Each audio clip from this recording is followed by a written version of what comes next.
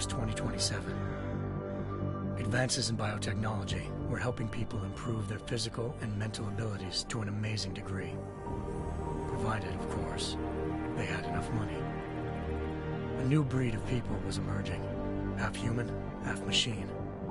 And in Detroit, at least, not everyone was happy to see it. I'd just landed a job as head of security at Sarif Industries, a cutting-edge biotech firm.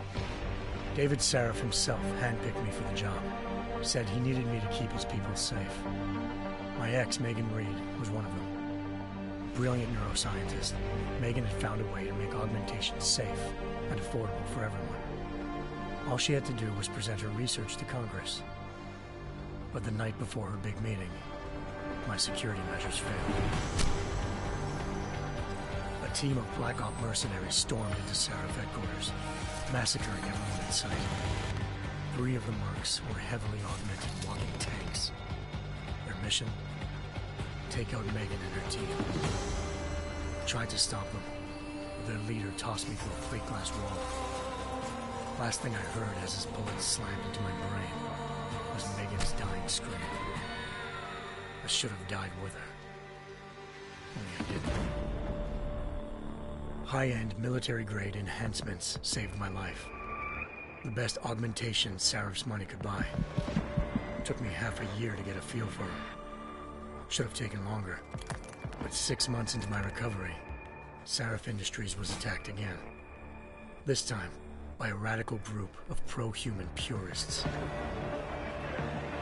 Violent, militant, and fanatically opposed to human augmentation. They claimed to be members of Humanity Front, a non-profit organization that wanted the UN to limit biotechnology research. The thugs broke into Sarif's factory and found machinists working overtime on a top-secret military augment called the Typhoon. Sarif sent me to retrieve it, and when I did, I found one of the so-called purists next to it, wired with cerebral implants, trying to download its classified specs. Obviously, something more was going on. The AUG killed himself before I could question him. Sarif ordered me to dig deeper, so with the help of Frank Pritchard, Sarif's head of cybersecurity, I did. Turns out a second hacker had been controlling the AUG's actions from somewhere off-site. Pritchard and I tracked his signal to a secret FEMA internment camp in Detroit. The Black Op mercenaries were there. The same mercs who'd left me for dead 6 months before. Figured they'd try again when they saw me. It wasn't so easy for them this time. I took out the tank named Barrett, even got him to give me a new lead. A penthouse apartment in China. Of course, we both knew it would be a trap in the end.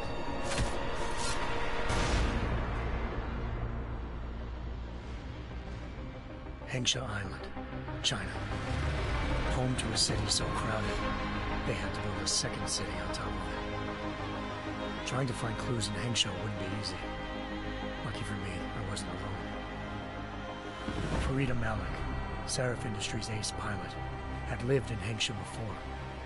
A good person to have on your side. She knew enough about the place to get me around. Malik dropped me in the lower city, close to the penthouse Barrett had told me about. Bell Tower Associates, a private security firm under contract to the Chinese government, had agents tossing the suite when I arrived. Just not for the reason I'd been expecting. Turns out the man who lived there was a criminal hacker named Van Bruggen.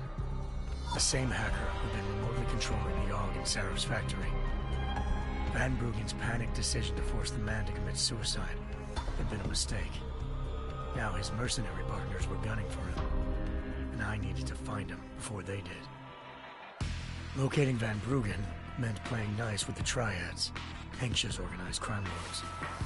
They had the hacker holed up inside a low-rent capsule hotel. By the time I found him, Van Bruggen had no qualms giving up the woman who hired him. Zhao Yunru, president of the Taiyang Medical Corporation. According to Van Bruggen, Zhao wanted to monopolize the augmentation industry and had hired Black Op mercenaries to destabilize her competition. Sarif Industries was at the top of her list. To prove this, I needed to get inside TYM and grab a surveillance hologram off a server. I suspected Van Bruggen was hiding something when he told me this, but nothing could have prepared me for what I saw. Megan wasn't dead.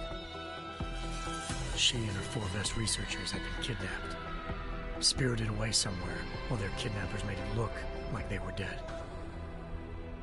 Desperate to learn more, I confronted Zhao in her penthouse.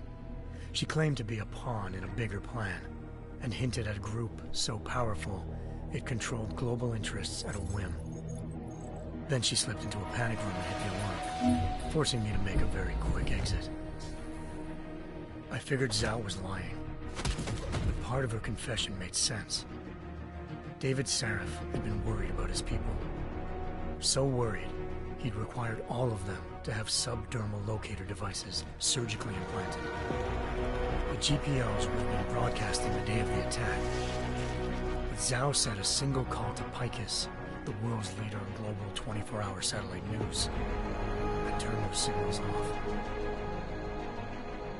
I needed to fly to Picus headquarters in Montreal if I wanted to learn more.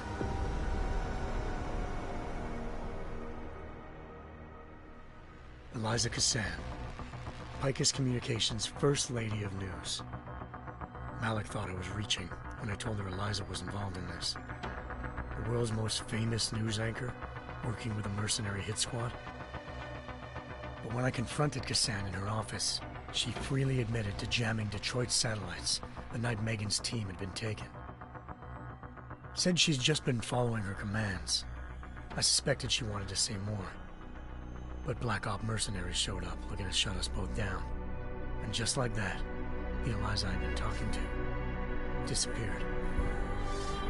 The Mercs were led by an augmented killer I crossed paths with twice before, Fedorova, a woman who'd made silence her best friend. She waited for me to track Eliza's transmission to a secret server room underneath the Picus complex, then jumped me from behind. A deadly fight ensued.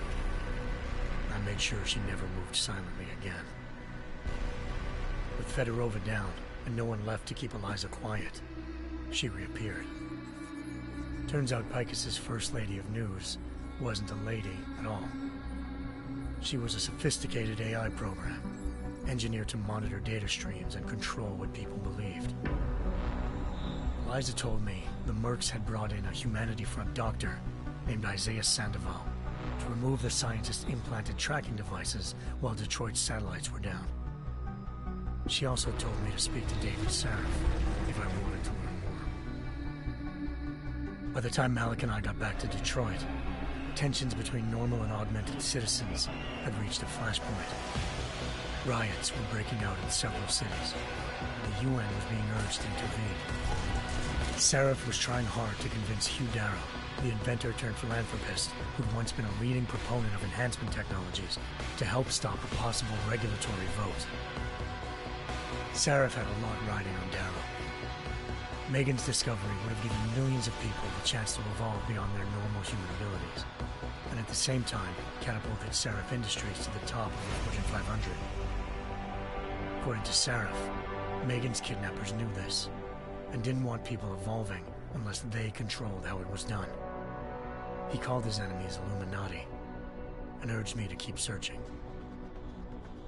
Determined to do so, I tracked down Sandoval via America's most outspoken augmentation opponent, Bill Taggart, Sandoval's boss and founder of Humanity Front.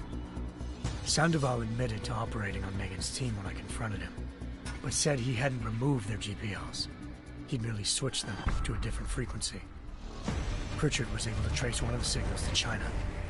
Malik and I immediately took off in pursuit.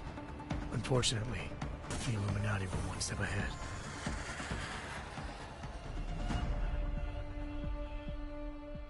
Ambushed. Shot out of the sky by Bell Tower Associates, seconds after entering Hengsha's airspace. Malik's piloting skills saved me. After a tense and bitter struggle, I escaped into Lower Hengsha. The tracking signal I was following led straight to the Triads, or more specifically, to the augmented arm of Tong Si-hung, leader of a gang of augmentation harvesters. Tong said they'd taken the arm off a corpse, which Bell Tower had left at their door, meaning at least one of Sarif's scientists was dead. Maybe not the rest of them, though. Tong pointed me to a port used for human trafficking and helped me slip aboard a bell tower ship. We were sailing to Rifleman Bank Station, a military base in the South China Sea. Bell Tower was holding kidnapped civilians as prisoners there, and using them to perfect the Hyron Project, a human-computer interface that left most of its test subjects dead. My search for Megan would have ended then, if not for a mysterious ally named Quinn.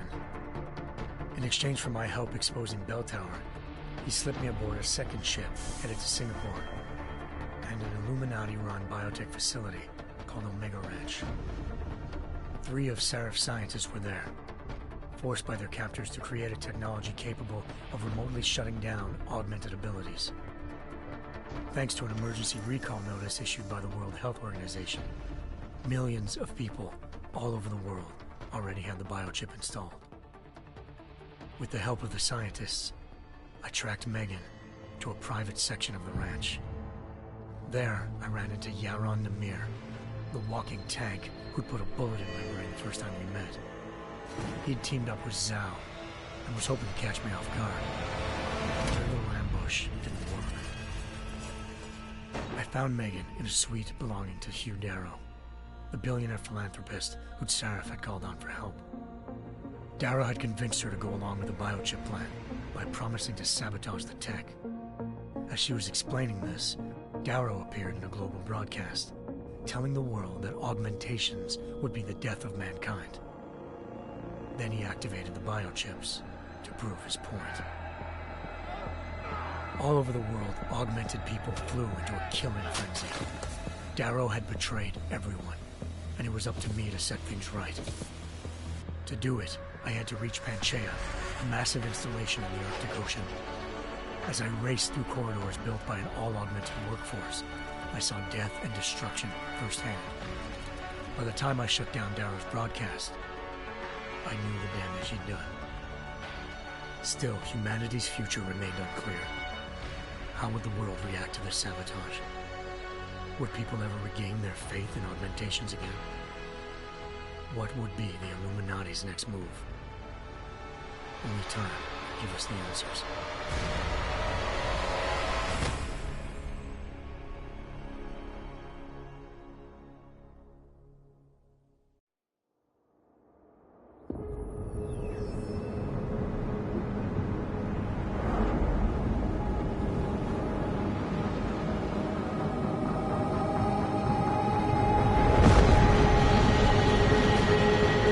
I once thought I could save the world. Now look at it.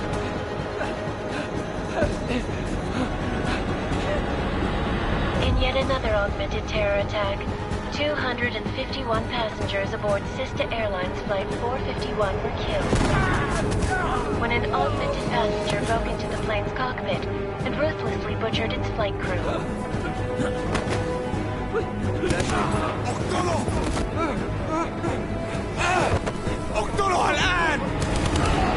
Details recovered from the black box recorder suggest that the man may have been suffering flashbacks to the AUG incident. That horrible day 2 years ago when augmented people all over the world flew into a psychotic killing spree, causing the greatest loss of life in recent history. Sometimes you just have to let go and embrace what you've become. Not gonna go all wonky on us now, Hansa, are ya? Well, if I do, McCready, I guarantee you'll never see it coming. Agent Jensen! Am I gonna have a problem with you? No, sir. No reason to assume you would. Good. Because you are the only augmented operative on this team, and I intend to make good use of you. Listen up, all of you. We got a sandstorm barreling down our arse and we can't afford to make mistakes. We're going after this man, an arms dealer named Shepard. He's ex-Bell Tower, one of the Special Forces commanders who disappeared during the incident. And he's come out of hiding.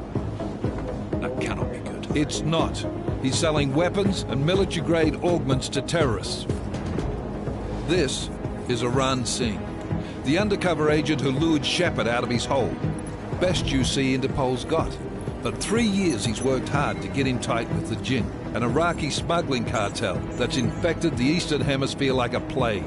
Last week, our arms dealer sent a message to the Jinn, offering to sell them a shitload of black market merchandise dirt cheap. They told Singh to handle the buy. They're not gonna like it when Interpol disrupts their party. Singh's cover really that good? It is right now. We need to keep it that way. This is where the deal's going down. A half-finished high-rise hotel that's been abandoned ever since the incident. It's not a pretty picture inside. Let me guess. Most of the laborers were augmented with heavy-duty industrial rigs. So when the incident hit, and they all went schizo, things got gruesome real fast. And no one, except for some homeless junkies, have been inside the place ever since. So what's the plan, Director? Singh's meeting Shepard on the ground floor, inside the hotel's main atrium. He sent the bulk of his Jinn crew to the penthouse levels to secure a vantage point. I want McCready's team to take up positions overlooking the atrium and make the arrest. Jensen, you're going in solo from the roof.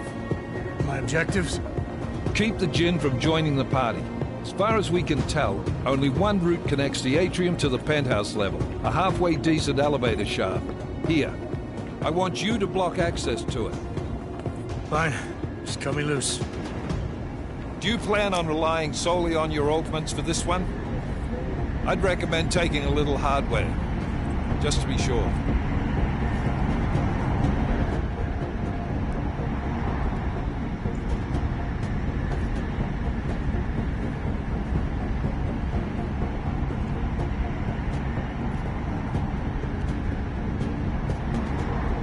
I'm not leaving my 6 exposed. Give me something lethal.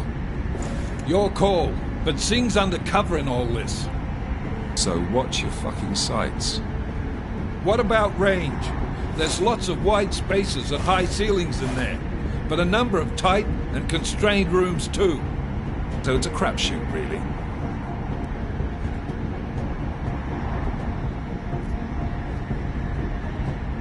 Well, I'm not looking to play dice with anyone in there. Give me something with distance. Your call.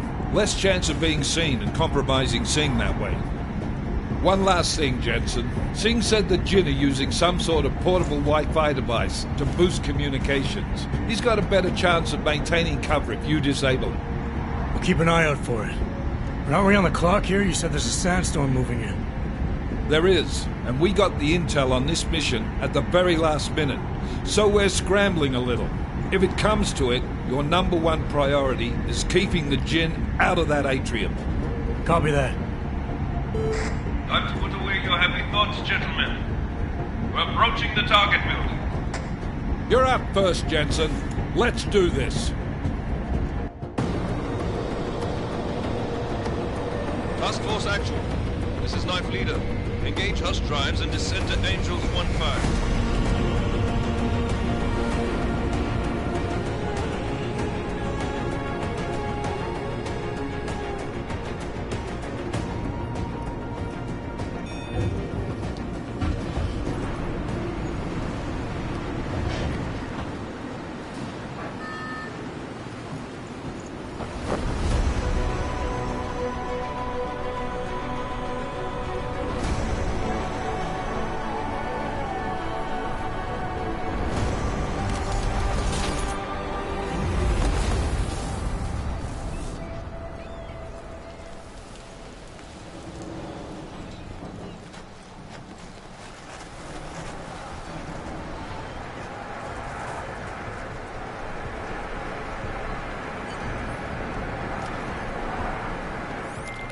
Team leader, this is Jensen. I'm on the roof.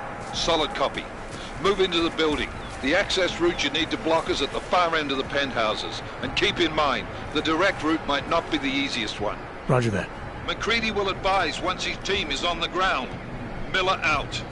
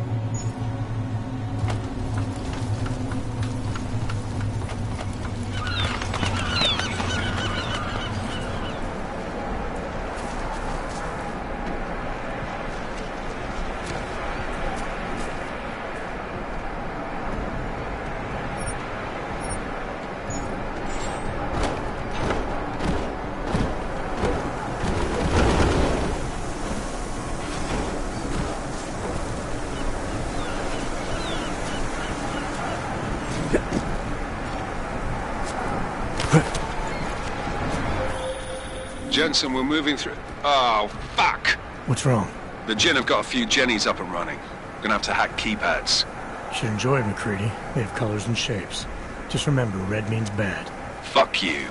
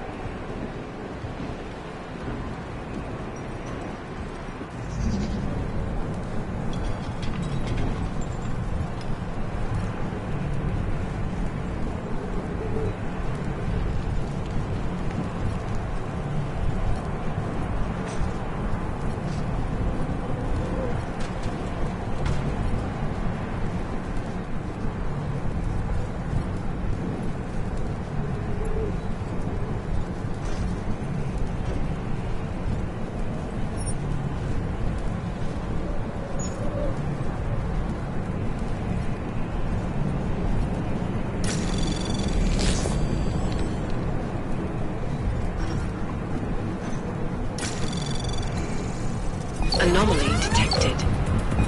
Trace program initiated.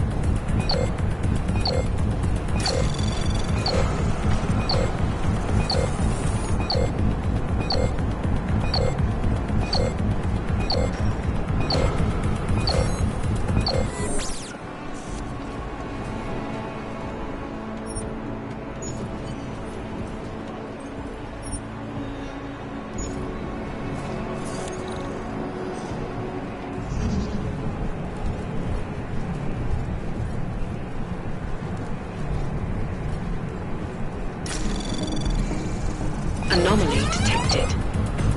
Trace program initiated.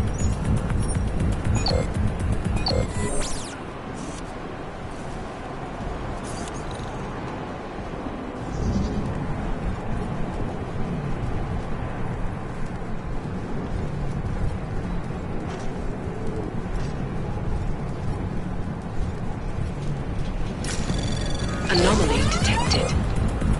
Trace program initiated.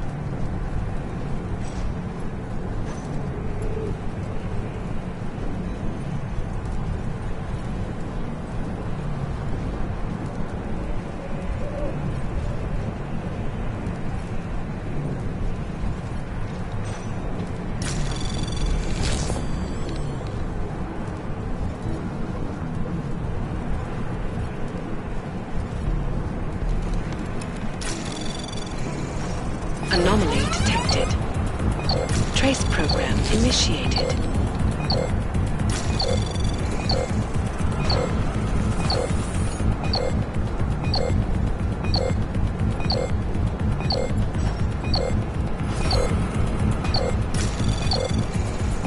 Access granted.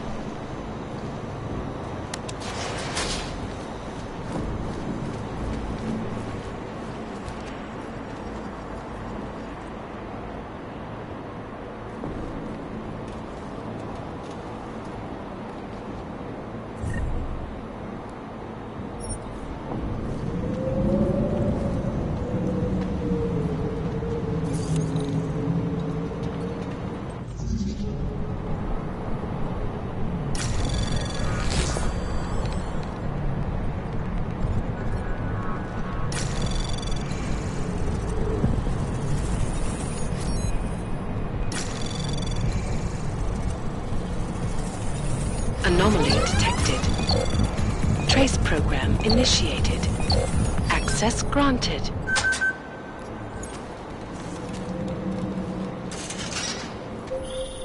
Jensen, Mac, listen up.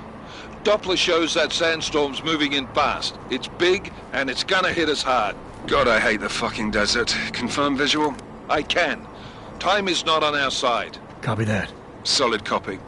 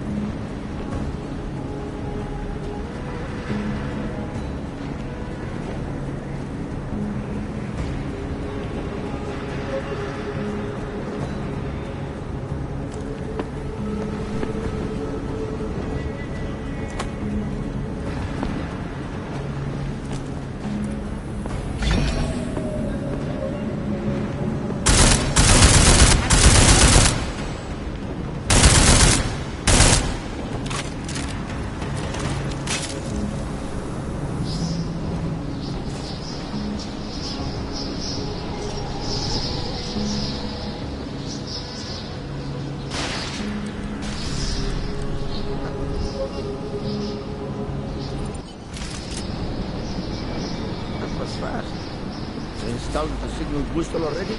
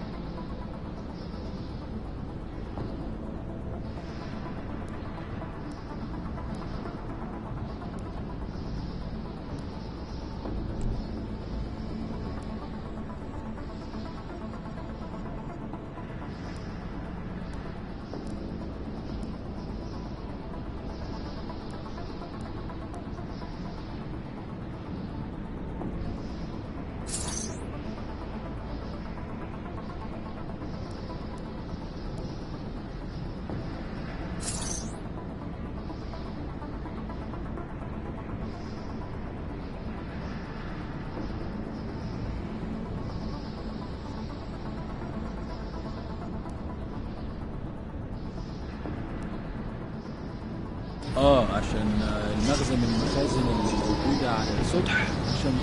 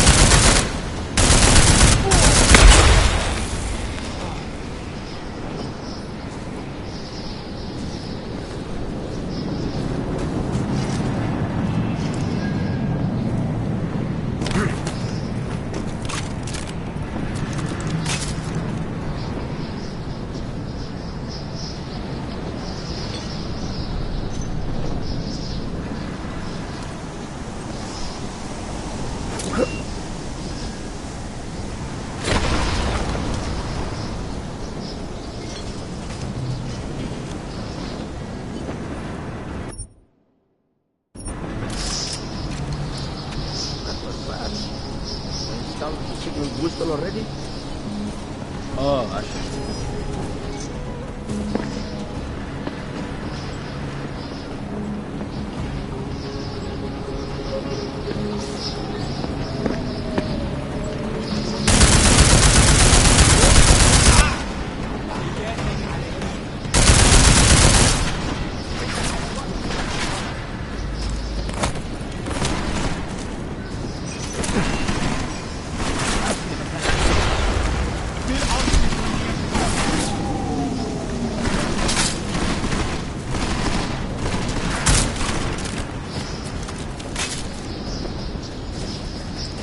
كنت عارف انه ده تمرين.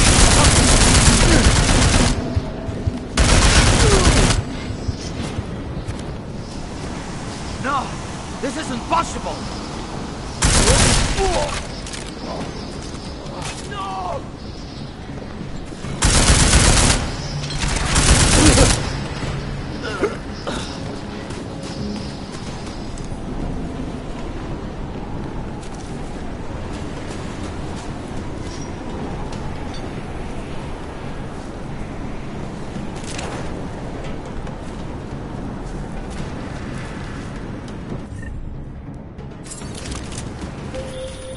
Jensen, what's your 20?